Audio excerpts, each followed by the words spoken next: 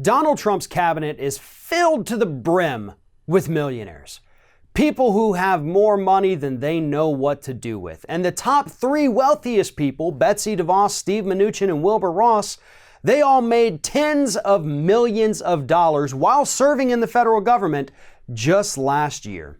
According to the newly obtained financial disclosure reports of these three multi-millionaire individuals, again, they each walked away with roughly tens of millions of dollars in profit. Now, some of that money did come from divesting in things that they owned, in stocks and other companies. They did divest a little bit of it. So they sold that off and they made money, and that gets reported. But most of them didn't divest. Steve Mnuchin, believe it or not, actually did a good job divesting. The ethics folks show that, yes, he did divest all of his stuff, but he made a ton of money selling it off or investing in others.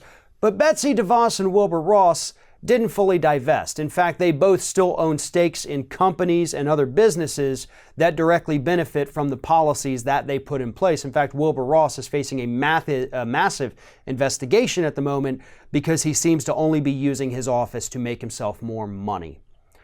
And that's the takeaway here. That's the point. Right now in the United States, and even before Trump came into office, we have government run by millionaires for the benefit of millionaires. The federal government, the way it is right now, and this may change in January with some of these new coming Democrats in the House of Representatives, but right now, the government only works for millionaires. And it has become exceptionally bad during the years of Donald Trump now. Let me ask you this question.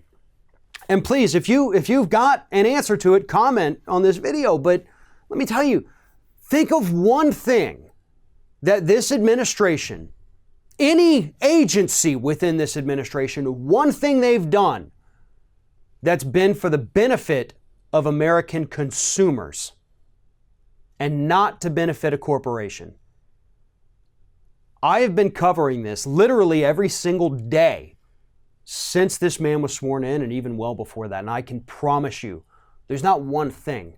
There isn't one thing. There isn't one rule that Betsy DeVos's Department of Education or Steve Mnuchin as Secretary of the Treasury, or Wilbur Ross at the Commerce Department. There isn't one rule any of these people have put in place that actually benefits consumers over corporations. Not a single one. Same thing with the EPA. They don't give a damn about people anymore. And it's the same thing with the Republicans in the House and the Senate and the White House. Now again, the glimmer of hope is that we've got this new Democratic majority coming into the House of Representatives. We've got a lot of progressives, a lot of populists, people pulling the party to the left, denying money from corporations, working for the people.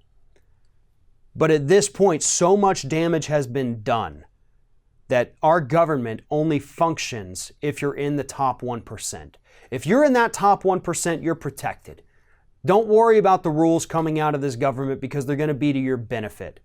But if you're the rest of us, you worry about things like paying for your health insurance, paying for prescription drugs, worried about the safety of the water that comes out of your tap every time you turn it on, worried about the quality of our food that seems to be getting recalled because of things like salmonella and E. coli every other day.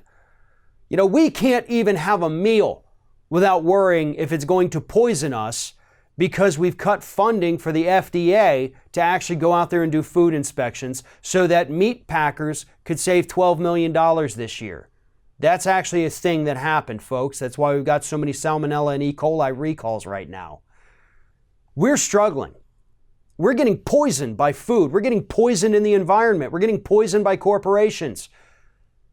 But the top 1% is doing just fine.